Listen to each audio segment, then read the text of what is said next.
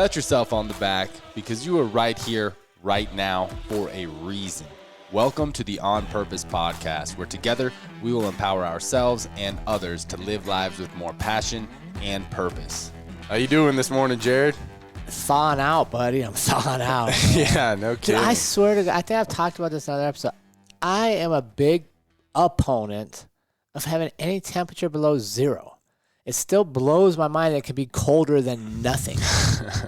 So the last few days, it's been like minus 13. So you know what? It feels the same. It's just really cold. It's so cold. So I just want to propose that somebody out there with power, we just stop the temperature at zero.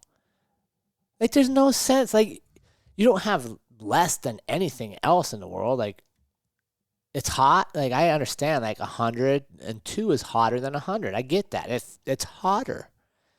But when you're at zero, how do you get colder than zero? Like, you have nothing. It's a logical argument. Well, I would like somebody else to piggyback on it because I think we'd be benefiting if we're like, what's the temperature today? Zero. Doesn't get any colder than this. Get no colder, but it does, right? Like, well, technically it does. Minus 31 is, how do you, I don't understand minus 31. Like, I cannot in my head understand how the world is colder than zero. Or we need to move our zero a little bit. Maybe zero is not the coldest it could be. Right. So maybe zero should really be like 2. Interesting thought there, Yeah, Jared. so that's how I'm pondering thought. that. Because today it's like 3. Yeah. And it felt kind of warm. Like, I walked outside, I was like, this isn't as bad. Right. 3 is definitely warmer than 0. So I think for you out there, if you have any power with the weather people, let's change our system to 0. Amen.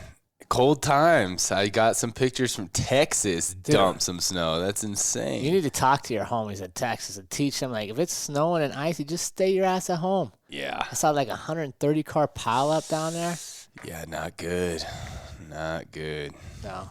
I mean, I don't know.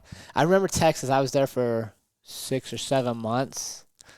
1992, maybe? What city? San Antonio. Oh, that's right. Yeah, I loved it there. But I was Same there town. May to like October. So I never saw it. But man, I just remember those thunderstorms were so impressive.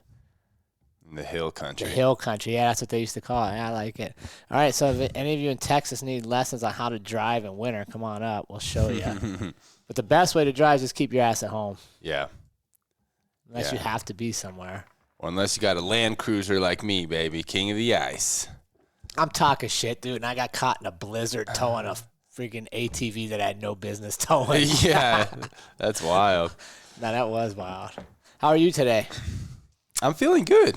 You're looking sharp, my man. Thank you. Yeah, last week I threw on a sports coat for the first time in months, and I had a really productive day. And it just reminded me, like, hey, man, look good, feel good, do good is a true thing. And I don't really got any important meetings or anything today, but I actually put on my accountability list, like, dress sharp twice this week. Oh, that's good. For my damn self, you know. Yeah, Sometimes is you that gotta a look Texas good. kind of sport coat? It I is a know it's like Western. a little pattern there. It looks a little cowboyish. to me. Yeah, it's a Western. I actually got this because I was a bachelor for my good friend Patrick Fuquay's wedding. And, A bachelor?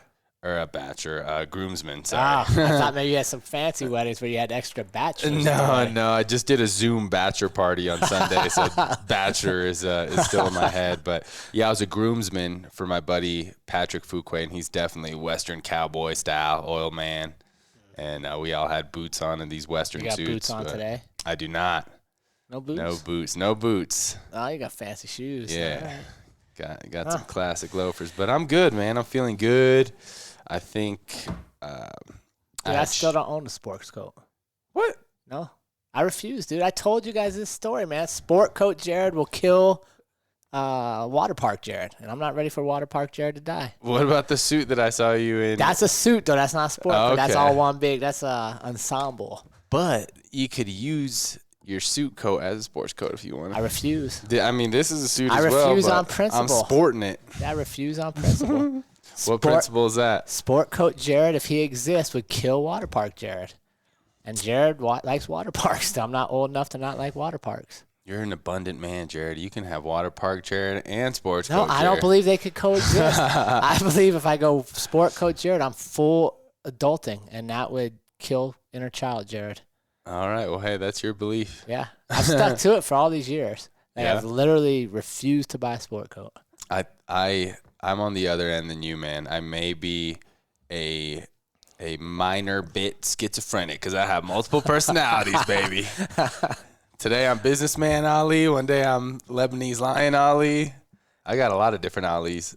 Yeah. I think we all have a lot of different ones, but like I just, for whatever reason, I've always felt, probably when I watched the episode of Seinfeld, when George was talking to Jerry about how come they never meet his girlfriend. He's like, nope, relationship George can't hang out with friend George. Relationship George is bad for friend George. That's funny. And I was like, yeah, I can't have that. The sport coat just, maybe because when I grew up, like the only people I knew that wore sports coats were like middle-aged. Like it just never had an appeal. Like I never looked at it and was like, ooh, I want to be like this guy. Like I would look at that and be like, I don't ever want to wear that thing. Like if that's the life you get with that. I think you guys have kind of changed sport coats in your generation to be a little more hip. No, man, I gotta preserve Water Park Jared. Hey, your call, man. I will say, you look sharp when you're suited up, man. Speaker Jared looks good, so you may have to bring him back every once in a while. I don't know. I'm liking flannels. Flannel Jared's good too, man. I'm enjoying flannels. I appreciate the multiple shades of Jared. But speaking of multiple personalities, you know, I think we can all relate to having multiple personalities or kind of showing up differently.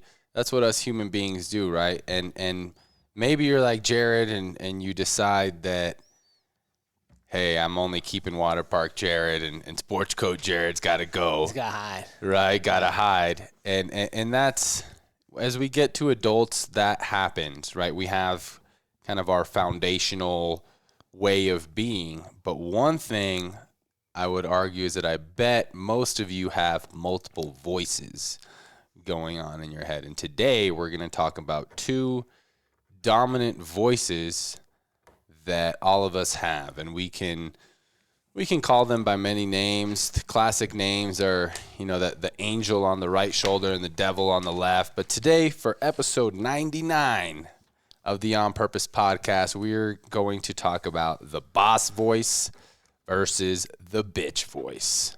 And I will let you guys know that this idea has come from multiple texts, but the bitch voice I am using from Andy Frisella.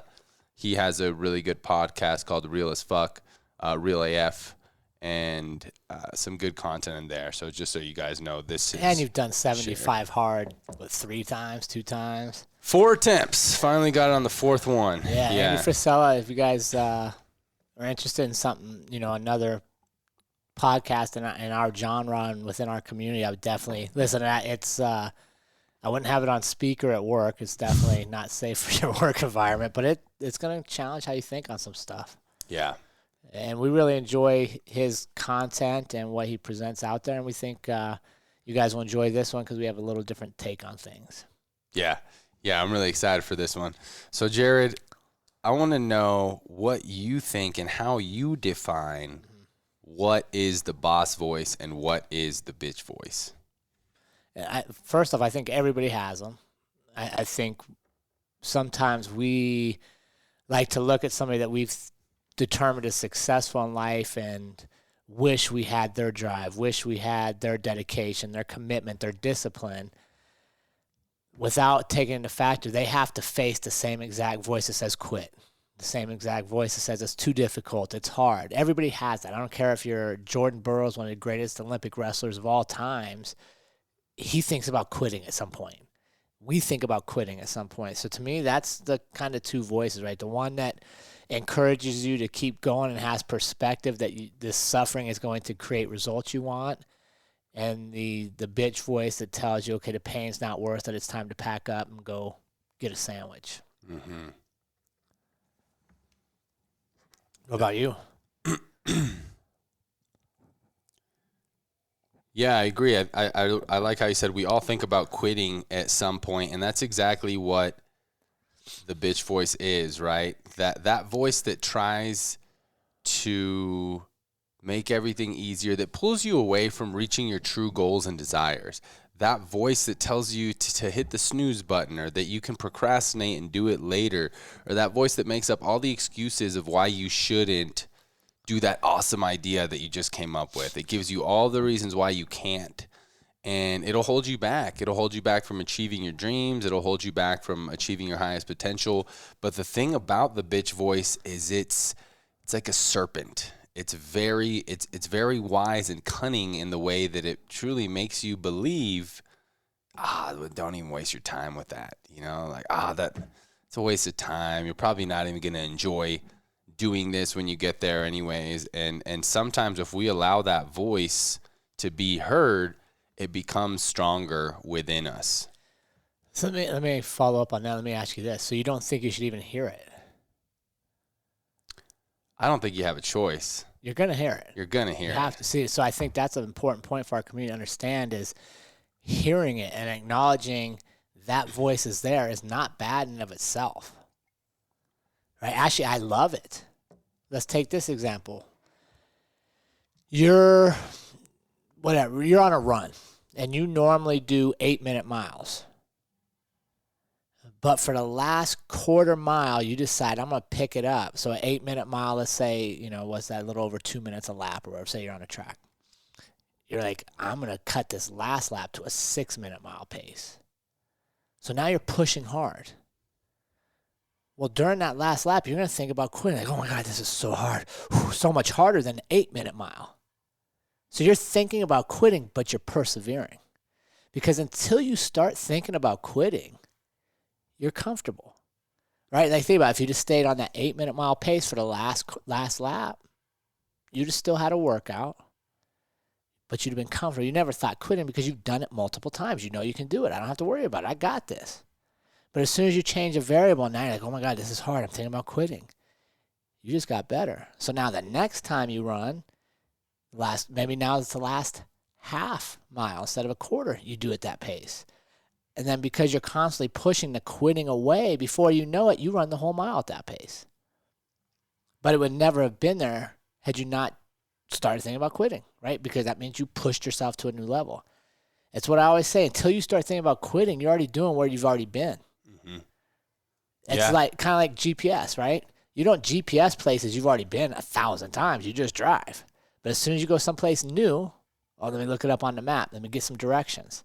It's the same thing for me in our lives, right? Until we start thinking about quitting, it means I'm here already. I'm comfortable. So I want to think about quitting. Like, honestly, a good day is when I think about quitting many times a day. That means I've challenged myself on many levels. So it's not a show of strength or bravado. It's like, I don't ever think about quitting. I would be like, well, then you never get out of comfort zone. So I don't want our community to think like thinking of quitting is bad. Thinking of quitting is great. What you do when you think about quitting defines success. I agree. What other things do you think that the bitch voice talks to us about aside from making you think about quitting? Flaws. Things you've been told.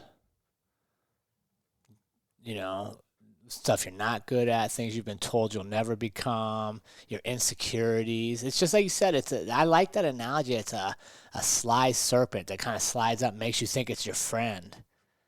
But it's actually telling you, like, you're too fat. Your jeans are too tight. You're not handsome enough. You're not smart enough. You can't do that. Right? Yeah. And it's a quiet little fucker. Right. Almost like it's trying to protect you, like, don't embarrass yourself. It's tricking you into thinking it's for your best interest to not challenge yourself. Right. And then, honestly, like, there's a lot of our society that feeds that. Right? Like, don't make yourself uncomfortable. Like we talked about last week, you're a victim if this happens or that happens. And I'm like, no, that's adversity. That's where strength comes from. Yeah. So the interesting for me here is because I've done these talks before, especially with, like in our workshop, we talk about this. We all have these voices, but more important to me is whose voice do you hear when you're being told to quit, when you're being told you're not good enough? Like, have you ever thought about that? Like, whose voice do I actually hear? Do I hear my own voice? Do I hear my dad's voice? Do I hear that 8th grade PE teacher's voice? Do I hear the, whatever leader in my life created such doubt and insecurity that I'm not sure I can do it? Because that's the beautiful thing to me. Because when we hear voices, we hear it. It has tone, it has accent, it has feeling. So whose voice are you hearing? Because for me, I really think until you identify who is telling you this stuff, it's hard to start moving past it. Yeah. And that was the first time I had heard about that specific exercise, which identifying who that voice is was with our first workshop. Yeah. And it was really interesting to see the group there share such different people in their life, whether it was a parent or a coach or a bully or any of these things. Yeah, that's a really interesting concept. Because think about it, you're hearing it. So once we identify who's telling us this, now we can start making strategies to combat it. Because for most people, it's not themselves telling them this. You think so? I do.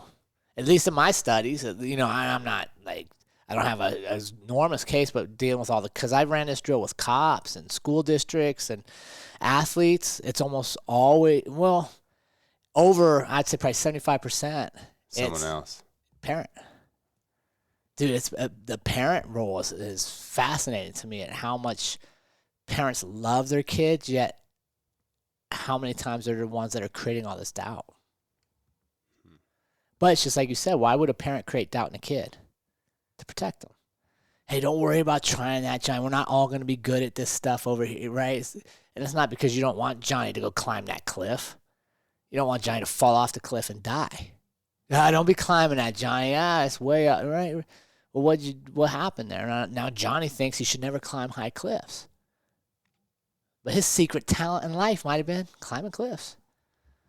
And as I've gotten older and we spend more time together and we delve really into like self-improvement and purpose, I'm super critical of how I parented. And did I do things that are limiting my kids, or am I like, you want to climb cliffs? I'll stay down here and watch, but let's go climb that cliff. Yeah. And I don't want my voice to be the one that limits your potential. So what do we do when we identify the voice and we realize that this voice is contributing to that overall bitch voice within us that's holding us back? What do you think the solution is? Well, I mean, if you're asking, so say as a parent, I think you make some notes on when did this happen? When did this voice start coming into your head? It was a teenager, and every time I went to my dad with a great idea, I was told all the reasons why it can't happen and why it won't be successful and all the obstacles and obstacles and obstacles. Okay, well, if that happened, how old was I? Okay, you're 16. And then be real, right? 16-year-old Jared is not the same as 48-year-old Jared. So why do I let the voices that caused me doubt when I was 16 still cause me doubt at 48? Right? So I think by creating a tangible list where I can say, like, well, the voice I hear is Ali because, he was my football coach in 11th grade. He told me I sucked and I'd never become anything. And I was going to go to prison and blah, blah, blah, blah. What's 30 years later? You want to take some of that power back? You want to take some of that voice away? Because we can choose it, right? We get to choose how loud these voices are. We get to choose how much weight somebody's opinion from 30 years ago has today. Yeah. Right? So I like to do that. I like to say, okay, when did this start and why are we hearing this? And then we follow that up with kind of the opposite of this, that boss voice, that king voice, that voice that says I am unbeatable, and start listening to things that voice says. And where did those ideas come from? Because it's usually going to be the opposite, right? Like I had one coach that created a lot of doubt and hesitation. I had another coach that believed unwaveringly. So why is his voice not worth more than the other voice? Why, when I get uncomfortable and I want to quit, why do I not pull back and go to the king voice? They're both there. One saying you're the man, like your fight, bro. You could have quit so many times. Why didn't you quit? Because you had the other voices like, this is exactly what I want to be doing. I'm winning. I'm alive. Ooh, this motherfucker just kicked me hard. That hurt. I better kick him back, right? But you could also be like, oh, that hurt. I should just stop and it'll all go away. So if we know we have these voices, we got to give more ammo to the king voice, to the boss voice. So to me, I like that exercise. I write them down. What voice creates my doubts?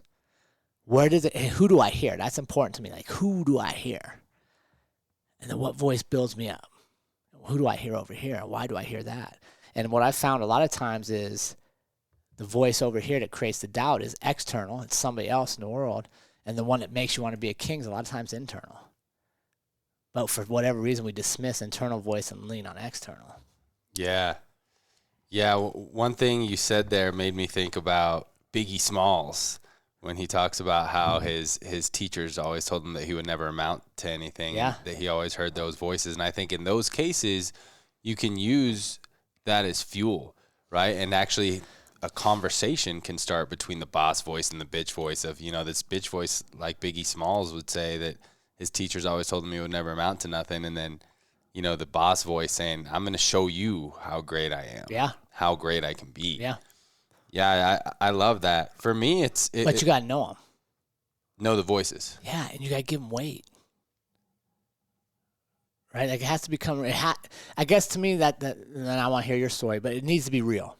Right? And when it's just in my head and I can't see it, and I can't touch it, and it's just there. I don't know what to do with it.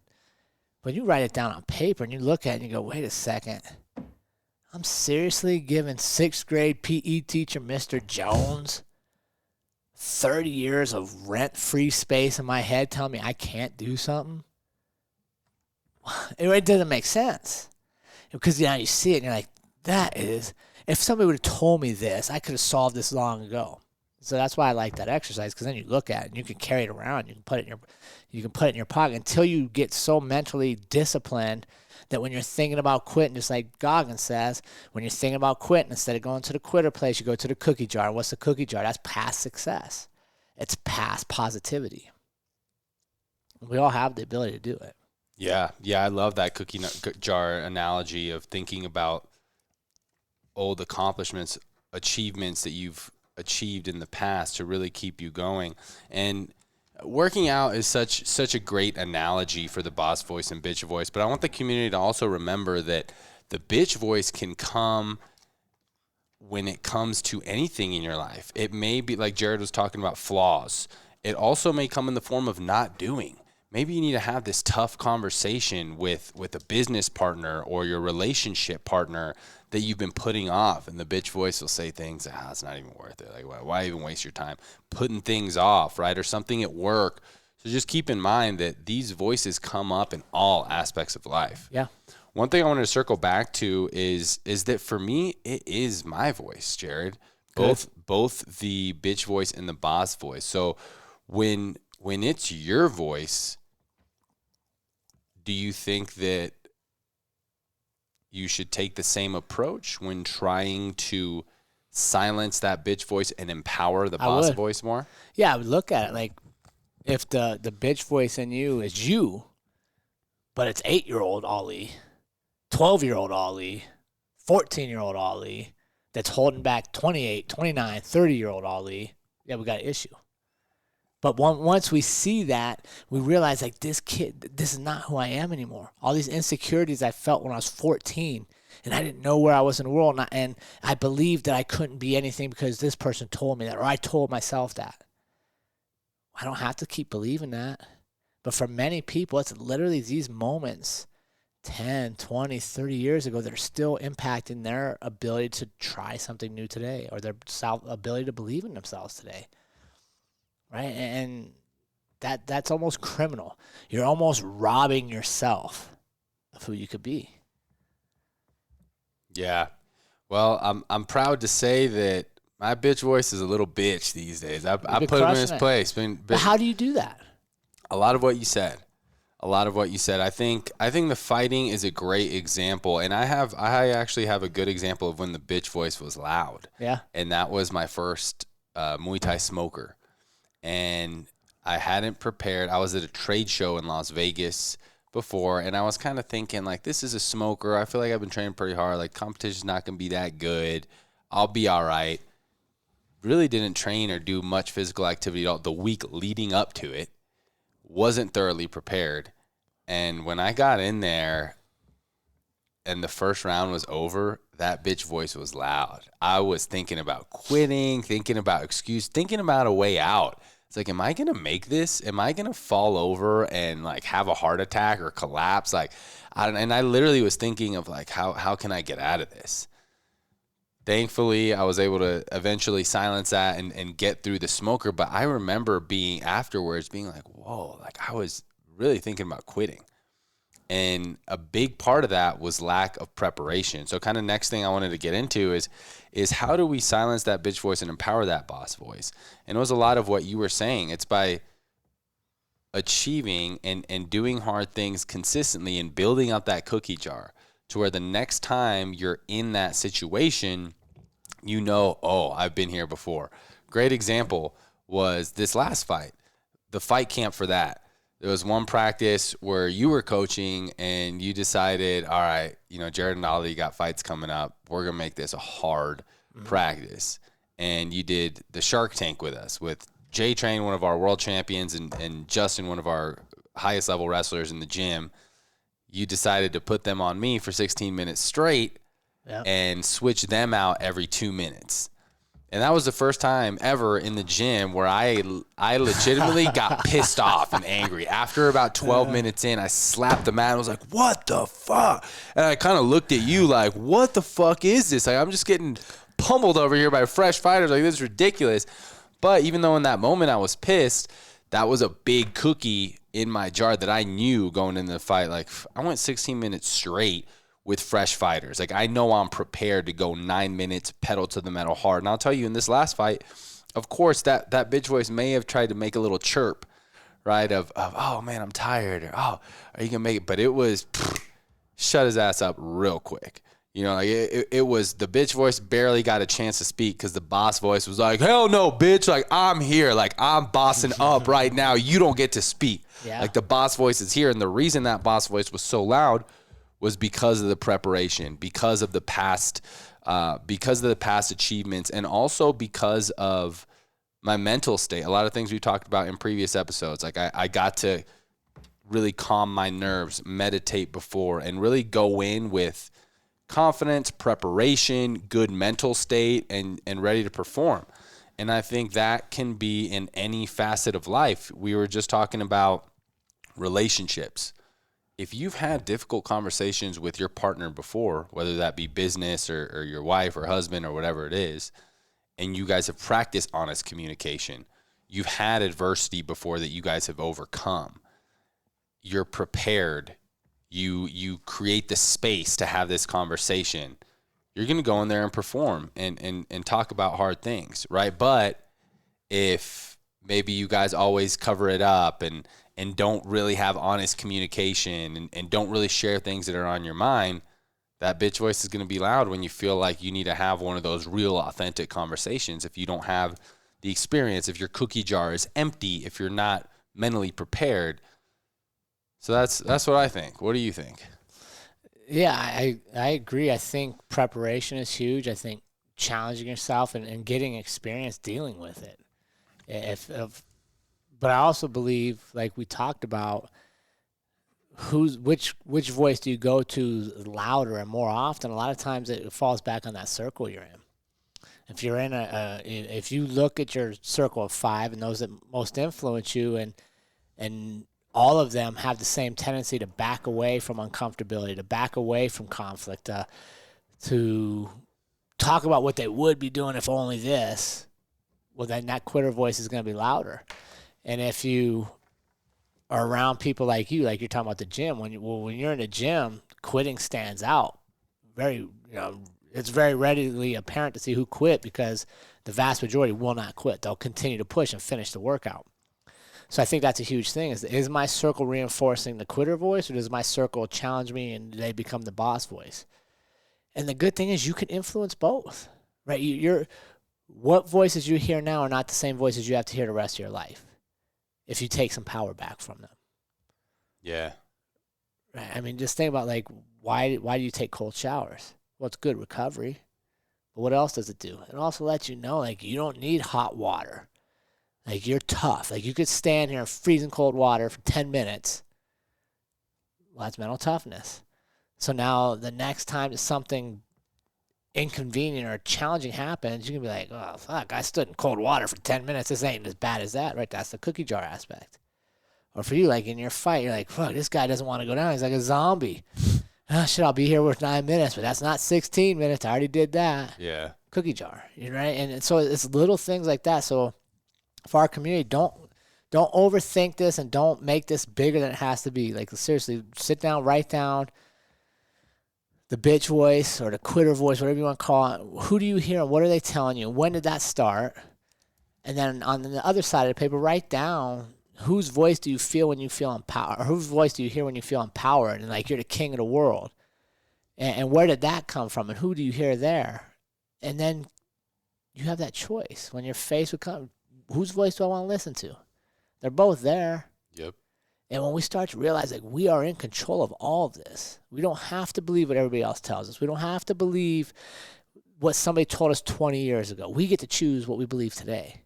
When you start taking back that power of your belief and the voices that are going to play in your head, honestly, the world opens up. Yeah, I love how you said community, because that's huge. Your voices are continuously adapting. And a big part of that, we always come back to Circle of Five. Who's around you? What do you think their voices are like? What do they say? What are you hearing? Because that's going to impact yours as well. And I think that comes with all consumption, right? What are we watching? What are we reading? Reading for sure. What music are we listening to? That creates vibrations within us that will influence that voice. And I think another thing too is using your physical voice as well. I've talked about how I love shouting gratitude out of my window. Something that I have fallen off of recently that I just put back on my sheet this week is looking myself in the mirror and doing these positive affirmations. Whatever resonates with you. Sometimes, for example, like the boss voice versus the bitch voice, that resonates with me. I like those terms, those words.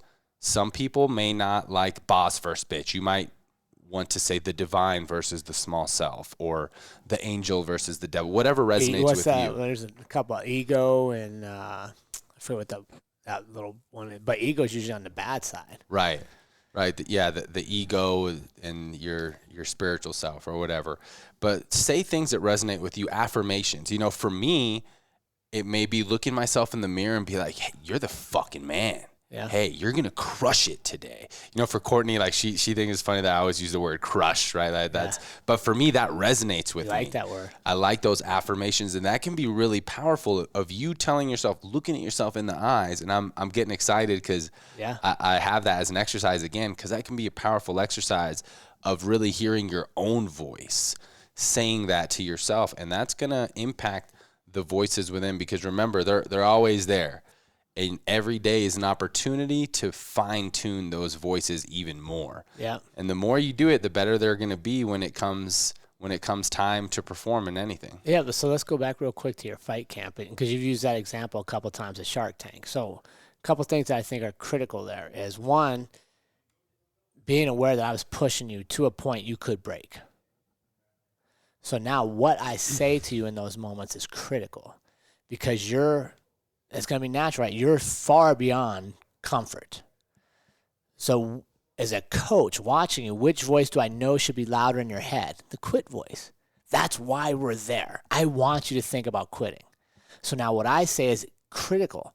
Do I reinforce that? Hey, Ollie, just go ahead and sit down. You want to round off, Ollie? Never mind, this was too hard. Go ahead and take a break. Or do I say, no, Ollie, buckle up. If you're tired, clench up, but push through this. You are not coming out of this until we are done.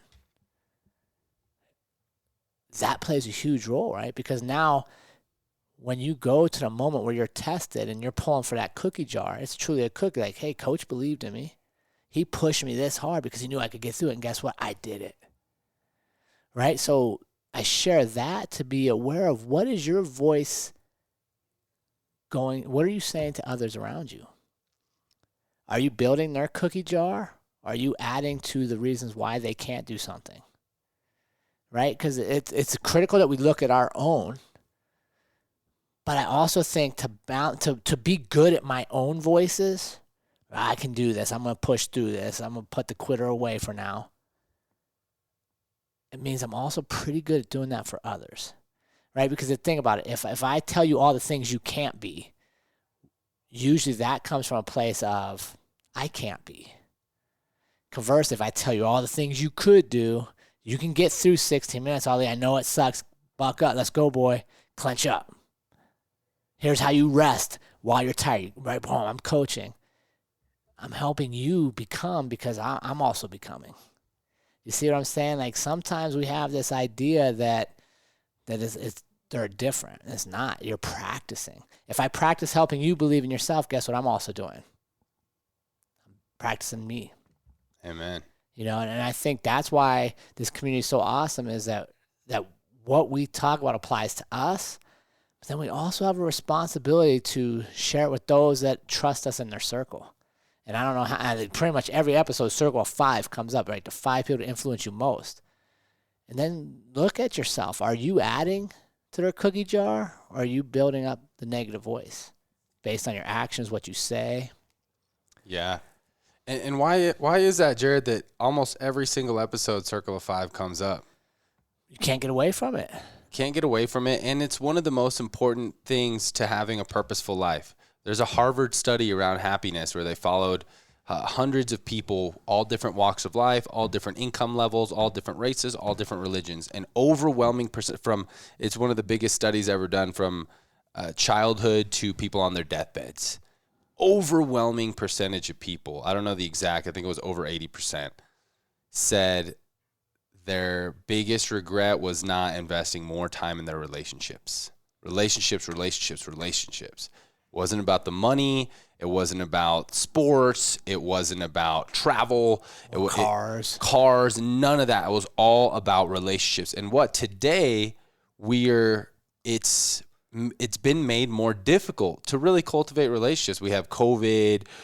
There's no big public gatherings. We have to try even harder to cultivate relationships and to strengthen our circle of 5. But just keep in mind that is so important to living your best life, your most purposeful life, is cultivating those relationships around you and making sure that your circle of 5 is aligned with who you want to be and how you want to feel. Yeah, and really being honest with yourself of what am I contributing? You know, and I think sometimes we give ourselves a pass on what are we adding to somebody else's circle, and we don't really take inventory of, am I bringing value to these folks, or am I dragging them down? Am I creating cookie jar moments or doubts? And I think they're symbiotic. If you're performing highly to others, you're probably performing highly to yourself. Yeah, very important. I'm glad you brought that up. Are you adding value? So to recap, team, we can all agree that everyone has a boss voice and a bitch voice. If you need to reframe those words, go ahead and reframe those words. But just understand that there's opposing sides, and everyone has them. Even the top performers in the world have lots of doubt sometimes. So keep that in mind.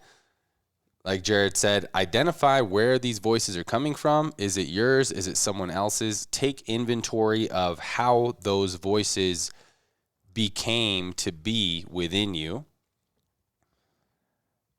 What am I missing here, Jared? And then what voices do you hear when you believe in yourself and you're the king or the boss? And where did those come from? And I like to have those right side by side on a sheet of paper so you can literally go like, okay, I get a choice. Do I listen to this side or that side? They're both here. They're both real. And especially on that quitter side, that I want to look at how long ago those instances happened that created all this doubt and start realizing like I can take that power back. I don't have to give that much weight. Yep. And then your inputs as well. Your circle of 5, who's around you? What media are you listening to? Are you reading? For sure. And again, the affirmations, you can influence that hard. You can look in the mirror at yourself. You can do that. You can journal about it. You can really influence that. You are the true creator of the voices within. Yeah. Awesome.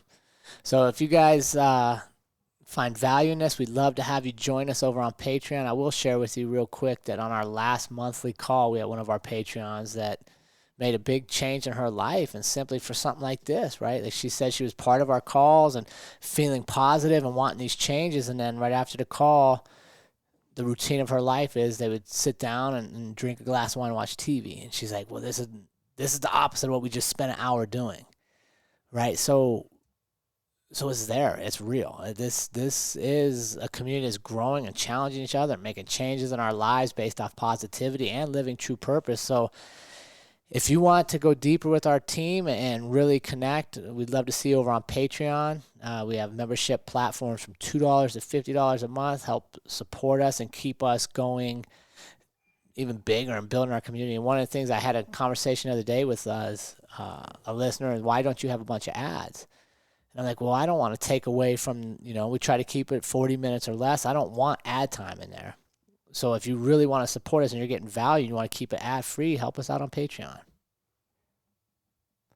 Thank you, team. Thank you all. We appreciate you. Episode 100 will be up another week. Yeah. Crazy. And remember, team, life is far too short to live any other way than on purpose. We will see you all again next week.